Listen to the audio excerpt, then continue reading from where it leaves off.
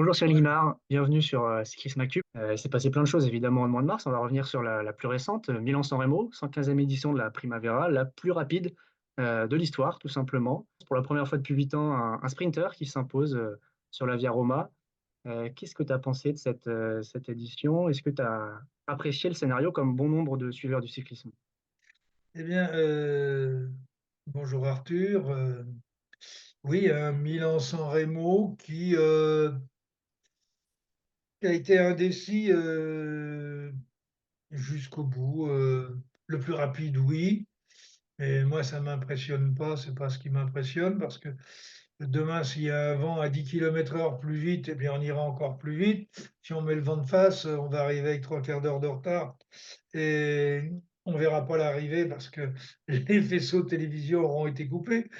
Donc la moyenne est une chose, bon, il faut jamais l'ignorer, mais bon, c'est pas une référence en soi.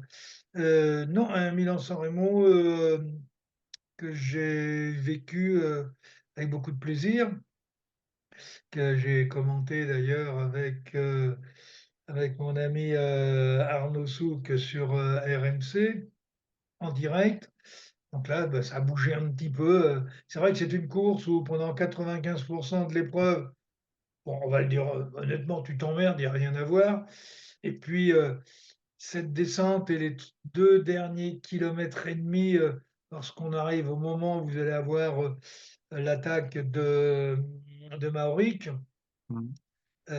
après, bien, personne ne savait et même pas nous, qui pouvait, l'emporter, de Pogačar, ou de Van der Poel. Qu'est-ce que ça t'évoque justement d'avoir le champion du monde comme ça qui se met à la planche sans vraiment réfléchir pour un coéquipier sur la gagne d'un grand monument comme ça? Est-ce que c'est quelque chose Ouais, qu'on les peut grands attendre? champions, non, les vrais grands, les vrais grands se posent pas cette question.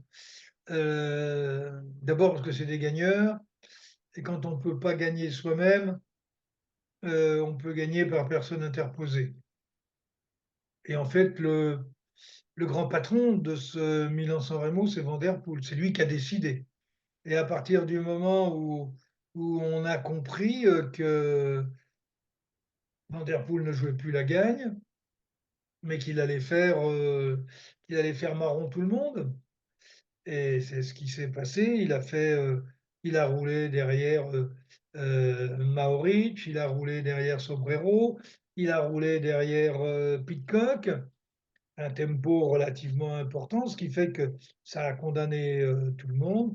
Et puis, bah, à 200 mètres, Matthews est arrivé dans la roue, bien sûr, Philipsen et Philipsen, bon, est passé facilement, même si, il a eu quelques petite retenue sur certains coups de pédale parce qu'on approchait des balustrades, il n'y avait pas photo. Tu l'as dit, Mathieu Van Der Poel était le vrai patron de ce Milan-San Remo et globalement chaque année on a l'impression que c'est un peu lui qui a les clés. Pareil avec l'équipe, Alpecin. A contrario, Pogačar et UAE, on a l'impression qu'ils ont essayé un peu la même chose que l'année dernière, c'est pas passé. Est-ce que c'est la faiblesse de l'équipe UAE qui a condamné la victoire de Pogačar cette année? Alors, je suis assez surpris parce que j'entends dire: «Oui, l'équipe de Pogačar a pas été au niveau» entre guillemets, hein. Mmh, Sauf que si on regarde bien, il manque, 200 mètres, à Tim Wellens, hein. ouais. Heu, bon, est-ce que, quand il te manque 200 mètres, c'est l'équipe? Non. Course, c'est très compliqué à vivre, à comprendre quand on n'est pas issu du milieu du peloton. À ce niveau-là, j'entends. Les choses se passent pas aussi simplement que ce que l'on voit à la télévision, qui est dans l'aspi, qui y est pas, qui rentre dans le V, bon, qui roule vite, qui roule pas vite à 1 km/h à la télé, vous le voyez pas. Donc non, on peut pas dire que l'équipe, moi, je voudrais bien avoir la même équipe, dans toutes les courses, hein. Et Et on a parlé on ne traite qu'aux riches et donc on va critiquer les riches. oui, ouais, Pas les même riches en termes d'argent, oui, ça c'est vrai, mais en termes de potentiel coureur, oui. on parle un peu des Français. On a vu un Julien Alaphilippe, enfin en forme en ce J'étais début inquiet d'année. un petit peu, voilà, oui. Un peu moins malchanceux, même s'il a quand même eu une crevaison dans le Oui, mais final. ça changeait rien. Il aurait pu faire peut-être une meilleure place. Est-ce qu'on doit s'emballer sur cette Oui, performance? j'ai regardé tout à l'heure encore le sprint, Mmh, oui, ce qui était intéressant dans la performance de Julien, c'est que, il a très bien couru. Comme quoi, quand on n'a pas une équipe très, très forte, ou si elle est forte, on la met pas en confiance, on la sollicite pas. Si on court intelligemment, même sans équipier, on peut être présent au pied des grandes difficultés. Donc si vous n'avez pas pris un courant d'air de la journée, que vous êtes bien, que vous avez bien récupéré, vous avez bien bu, vous avez bien mangé, merci petit Jésus, heu, si vous avez des qualités d'explosivité, vous passez. Donc c'est bien qu'il soit là, ça ne veut pas dire qu'il va gagner le Tour des Flandres. on espère déjà qu'il sera, moins malchanceux, qu'il chutera pas sur ces courses-là, puisque c'est ce qui l'a principalement handicapé en ce début d'année. La malchance, elle est quand elle est, systématique et que ça revient, c'est plus du hasard. Mmh. Donc quand il dit, «J'espère que la roue va tourner», oui, elle tournera si il retrouve une motivation suffisamment importante pour rester concentré. Il l'a été sur Milan-San Remo, hyper concentré, éviter tous les pièges, les sentir, les ressentir, car quand on est souvent dans les chutes, c'est qu'à un moment on est absent. Sur Milan-San Remo, il y en a eu, il est passé à côté. Alors est-ce que la roue tourne? Oui, ça va de toute façon lui redonner de la confiance, et s'il retrouve de la confiance, pardon, à partir de ce moment-là, oui, on peut retrouver du bon, voire du très bon, Julien, dans les semaines qui viennent, oui. Si on Mais sort il un faut peu pas se de tromper, hein. mmh, Milan-San Remo, c'est pas le Tour des Flandres, c'est pas Paris-Roubaix, mmh. c'est pas Liège-Bastogne-Liège, c'est une autre course. On suivra ça dans les prochaines semaines, attentivement. Si on sort un peu de Milan-San Remo maintenant, on a pu assister à la reprise d'un peu, tous les grandes stars du peloton. On a eu Jonas Vingegaard, on a eu, Primoz Roglic, on a eu Remco Evenepoel, on a eu Tadej Pogačar. Qu'est-ce qu'on retient des performances de chacun? Est-ce qu'il y en a qui t'a fait une meilleure impression, une moins bonne impression? Bah, si on fait, une analyse avec le recul, Roglič était pas dans le jeu. Heu, Evenepoel, oui, mais pas au niveau où on pouvait l'imaginer, où son potentiel naturel doit l'amener, surtout sur un Paris-Nice. Heu, Pogačar, bon, il a fait son numéro, son grand numéro sur les Strade. Jorgenson a démontré qu'il ferait compter aussi avec lui, mais il est dans une équipe où ils sont plusieurs à compter sur eux-mêmes et sur tout le monde. Non, moi je pense que heu, les 2 points d'interrogation, c'est Roglič et Evenepoel. Donc on va attendre un petit peu pour voir comment ils vont évoluer, bon, un Gaudu, bon, qui a pas existé, qui chute le premier jour. Heu, Qu'est-ce Côté qui va pas chez français, David Gaudu, justement? Qu'est-ce qui fait bah, que la lui, période est c'est assez bizarre son affaire. Il chute, oui, mais il était déjà à fond. mmh, Et on l'a vu d'ailleurs juste après la chute, au moment où il repart, il est pas dedans, il est pas dans la tonicité, il est pas dans la bagarre, il est pas dans le match. Et d'ailleurs, il va être décroché systématiquement, et peut-être que sa chute n'est pas par hasard, c'est qu'il était peut-être, il était juste parce que moi, à l'œil, j'avais vu qu'il était pas aérien parce que lorsqu'il est bien, il a un petit pédale un peu plus dynamique, plus, plus tonique. Alors que là, il a plutôt un coup de pédale qui subissait, voilà, bon, et ça s'est démontré aussitôt après, alors maintenant, il est blessé, oui, je pense que, honnêtement, s'il était vraiment touché, il fallait qu'il arrête le lendemain. Enfin, fallait pas qu'il prenne le départ le lendemain, et puis qu'il soigne, tout de suite. Il serait peut-être aujourd'hui au Tour de Catalogne. on ne sait pas encore quand il reviendra. Il est en repos pour l'instant, David Gaudu.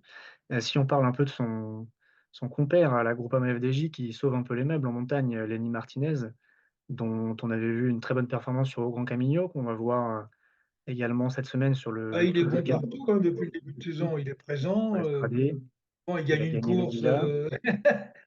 avec une chance extraordinaire, mais ça fait partie du vélo et pour pouvoir gagner, il fallait déjà être là, et le mieux placé, celui qui a le réflexe de comprendre tout de suite que, c'est très bien, puis c'est des victoires qui marquent aussi, c'est pas banal, quoi. Et qu'est-ce que tu penses, toi, Vaut justement, mieux du j'ai presque envie de dire, vaut mieux gagner comme ça que de gagner tranquillement à la pédale, sans créer d'émotion, alors que là, bon, il se passe un petit quelque chose. Oui, Martinez, il est constant, il est, et après chaque course, tu sens qu'il a pris, un petit peu d'assurance, qu'il a pris un petit cran, non, il est dans une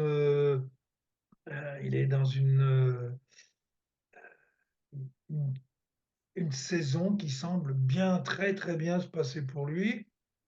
Il est, au niveau où on pouvait l'attendre après son Tour d'Espagne l'an dernier. est-ce que ce sera sa dernière à la Groupama FDJ? J'imagine que tu as entendu parler de toutes ces rumeurs sur, le potentiel départ à la Bahrain Alors c'est Victorious. des rumeurs ou pas des rumeurs.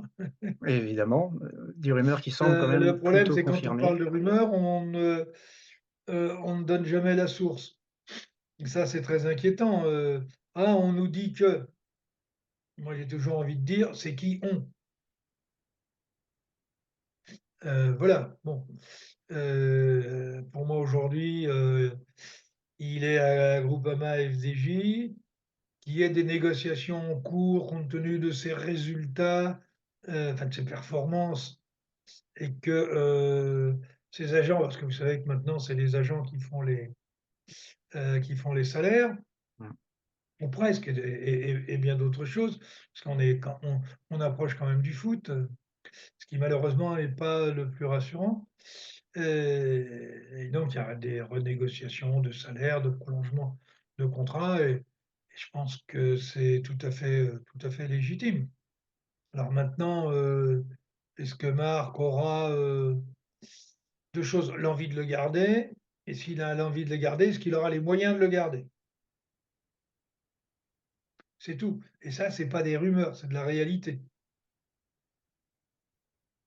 Est-ce que c'est pas inquiétant justement pour la Groupama FDJ de pas réussir à garder une de ces pépites qui est là depuis seulement, 1 ou 2 ans au plus haut niveau et qui part au bout de on a Marc Madiot avait parlé du projet Conti et du projet de faire développer les jeunes et au final, ce projet semble tomber un peu à l'eau, financièrement. Il en restera toujours quelques-uns. Mmh.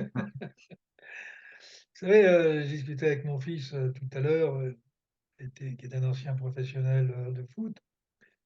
Il me dit: «De toute façon, si tu vas dans le foot, c'est que du business». Alors, ils ont des centres de formation, mais en fait, les centres de formation, c'est ce qui leur permet de gagner de l'argent. Parce que plus ils ont des jeunes qui sortent, plus, plus ils vont les vendre et plus ils vont rentabiliser et après bon le classement, c'est un autre problème. De toute façon, il y a un football à 2 vitesses. Il y a ceux qui peuvent, qui ont les moyens d'eux et ceux qui, à la limite pour vivre, ont besoin de vendre les jeunes qu'ils forment.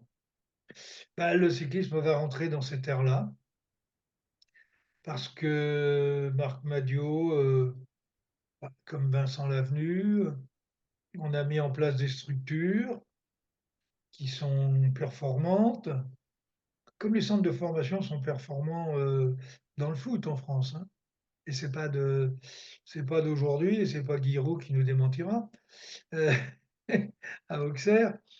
Eh bien, faudra s'attendre qu'à partir du moment où tu as un jeune qui explose, heu, ou tu as des pétrodollars ou tu en as pas. J'espère que je ne dois pas avoir un procès pour avoir dit pétrodollars, mais c'est ça la réalité aujourd'hui. Aujourd'hui, il ne faut pas s'attendre, à ce que si vous proposez 100 à un coureur, qu'à côté on lui propose 150, il vous dit: «Bah, je suis bien content, vous m'avez formé, vous avez été gentil, c'était sympa, mais je passe en face». Mmh mh. On n'est pas, on n'est pas dans les sentiments, on n'est pas dans l'affect à ce niveau-là. L'argent d'ailleurs n'a rien à voir avec l'affect. Je crois qu'ils sont plutôt en contradiction. Donc si on lui propose 50 de plus que Marc Madiot pourrait lui proposer, il partira et ça, c'est pas une rumeur. Est-ce qu'une des solutions à Après, ce c'est où? oui, ça, bon, pour l'instant, on parle de la Bahreïn, mais j'imagine qu'il y a Mmh. d'autres formations qui sont sur le coup. Est-ce qu'une Je des pense que Bahreïn n'est pas seul sur ouais, l'affaire. c'est c'est tout à fait possible. Est-ce qu'une des solutions à cette, genre de problématique, ce serait pas ce qu'a évoqué et ce dont a parlé le conseil du cyclisme professionnel cette semaine, qui a parlé de mettre en place pour 2026 un budget cap dans les équipes? C'est des Bon, solutions qui ont été allez, évoquées, c'est attendez, qu'ils arrêtent de délirer. Ça fait des années qu'on en parle dans d'autres sports, il se passe quoi? Rien. pour toi, ça se Donc mettra ça, pas en c'est des place? mots, des mannequins. Attendez, arrêtez, c'est pas, mais comment? On est dans un on est dans un marché, qui est un marché de la communication, qui passe par ce qu'on appelle du sponsoring. Celui qui met le plus d'argent et qui va aller chercher les meilleurs joueurs ou les meilleurs, il va avoir plus de retombées médiatiques, donc plus de notoriété, plus d'images. Et quel prix ça a? Entre un coureur qui gagne le Tour de France et un coureur qui fait 5e, lequel va vous ra le avec lequel vous allez avoir le plus de retour sur investissement? Bien celui qui gagne, pas celui qui fait 5e. Attends, attends, il faut arrêter de délirer, quoi. Ils ont essayé de le mettre dans le foot, ça fait quoi? Et aller aux États-Unis, là, ils sont sur des circuits fermés, mais bon, en plus, circuit fermé, donc ils font ce qu'ils veulent. Non, ça, j'ai jamais cru à la limitation des salaires. Ah, c'est pas des salaires, c'est des budgets, hein. Oui, mais vous le budget, c'est le salaire. Oui, ça revient un peu au même, mais Oui, non, attends, les salaires, c'est 80 du budget, hein. donc Et pour toi, ça peut pas se mettre en place? le prix du bis ou le prix des frais de déplacement, c'est les mêmes. D'autant qu'une partie sont remboursées par les organisateurs. Donc le budget, c'est pour les salaires, c'est pas pour autre chose. Les vélos, vous les payez pas, vous avez même un chèque avec. Les véhicules, vous ne payez pas. Donc le budget d'une équipe, si on le prend réellement, c'est la masse salariale. Donc il ne faut pas se raconter d'histoire. Écoute, Mais bon, c'est ce qui est dans ça les leur bacs, permet de hein, dire mais qu'ils existent, mais c'est pas, oh, non. bon, Bon, allez, suivra on tourne la page on là-dessus, on suivra perd l'évolution pas de du temps. budget cap. On a bien compris que pour toi, ça se mettra pas en place et c'est pas une solution. Ça se met en place et c'est détourné 8 jours après. Si on veut finir sur une note un peu plus, française et positive, Decathlon à G2R la mondiale, 3e du classement UCI. Est-ce que c'est quelque chose, une conjecture qui peut se prolonger dans Depuis l'année le ou est-ce début de que l'année, c'est non, ils tournent très bien. Heu ils ont marqué un maximum de points en février, ce qui leur a permis effectivement de remonter au classement. Espérons que ça continue. En plus, là, ils viennent d'avoir 2 très belles victoires Paul sur le Lapera? Classique Loire Atlantique et à Cholet, avec un jeune coureur qui est en train de s'affirmer. C'est vraiment très, très bien. Mais on va dire que je suis un empêcheur de tourner en rond, pas du tout. L'ensemble des victoires en dehors de O'Connors sont des classes 2. Mmh. C'est-à-dire que ce sont des courses de troisième catégorie. Alors on a marqué un certain nombre de points, les équipes françaises et AG2R, entre autres parce que tu arrivais à mettre 3 gars dans les 10 premiers ou 12 premiers. Mais il y avait que 4 pro teams et des continentales. Donc regardons le niveau de la course et ne nous enflammons pas. À Milan-San Remo, ils ne sont pas présents. Mmh. Dès qu'on est arrivé dans les courses du Pro Team, on n'est pas présent à part O'Connor. Donc il faut rester les pieds sur terre. Tout ce qu'ils ont pris là, c'est très bien. dit l'autre, à la fin de la foire, on compte les bouses, à la fin de l'année, on comptera les points du mois de février, ils compteront. Et puis ça donne quand même à cette équipe une dynamique, parce qu'ils ont jamais gagné autant de courses, hein. Ah, c'est ça, hein. L'année dernière, elle les gagnait pas, hein, ces classes Mais 2. je dis bien, ce sont des courses de 3e catégorie. C'est des Mmh. 2-2 ou des 1-2. Donc il faut pas s'enflammer. C'est pas, heu, c'est pas des courses où ils sont, les courses pro team pour l'instant, ils sont en retrait. L'équipe prend elle prend de la stature, mais on est loin du niveau où il faut qu'elle monte. Bon, à suivre, hein, du Bon, coup, il se faire l'évolution. assassiner, mais c'est pas grave. Non, bah, Je remets pas en cause les victoires et tant mieux et j'applaudis des 2 mains. on Mais espère que mmh, il faut regarder les choses telles qu'elles sont. on espère que cette embellie, se poursuivra pour Vincent Lavenu et Decathlon à G2R La Mais Mondiale. on l'espère tous. Heu, la semaine sainte des classiques flandriennes va démarrer. Est-ce que tu as des envies, tu as des pronostics à donner sur, Bah, 2 envies, oui, j'aimerais bien voir, des coureurs des équipes françaises gagner. peut-être une envie parmi tant Ce serait d'autres? pas mal, hein. Gagner un Tour des Flandres, Paris-Roubaix, même être sur les podiums, mais surtout gagner. Parce que bon, les derniers vainqueurs dans ces grandes épreuves, ça remonte à quelques années, quoi, hein. Mmh. Ah oui, il faut là aussi, il faut regarder les choses telles qu'elles sont et on est loin, on est quand même loin des réalités, hein. Bon, donc on Et verra, hein, si un Français peut gagner ou pas et accomplir ton «souhait» entre mais guillemets. on croise, les doigts. Après, on peut espérer aussi que des coureurs étrangers dans les équipes françaises, aillent à la gagne aussi. Oui, ouais, ça Mais, fait pas mal. c'est pas simple, on a une on a des espoirs, d'embellie, heu, on n'est quand même pas arrivé au top niveau, mondial, là où on peut jouer, au plus haut niveau. Je regardais une statistique, heu heu, oui, avec qui est c'est, alors attendez, je vais vous la sortir, c'est Nicolas Fritsch qui l'a sortie, ancien champion et qui nous dit quand même que dans les 70 premiers du classement UCI, heu, il y a 9 Belges, 13 Belges. Je vous laisserai compter le nombre de Français.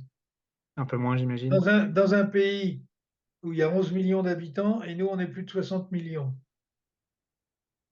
Donc, il faut rester les pieds sur terre. Je dis bien, il faut rester les pieds sur terre. Bon, c'est sûr Ben oui, s'attacher non, un mais maxi faut, on a tendance à dire: «Ah, c'est bien, c'est bien». D'accord, c'est bien. On a gagné des classes 3, c'est bien, mais c'est des équipes World Tour et 13 coureurs dans les 70 premiers du classement. Alors si vous voulez en plus, c'est, Evenepoel, Philipsen, Van Aert, De Ligt, Van Wilder, Merlier, Vermeersch, Van Gils, Van Etwel, Thijssen, Lampaert, Tim Wellens et Hush de Brock. On est où nous là? Hein? Donc il faut rester les pieds sur terre. Mais espérons. merci Cyril Guimard d'avoir été, avec nous sur Cyclisme Actu. À bientôt. Hem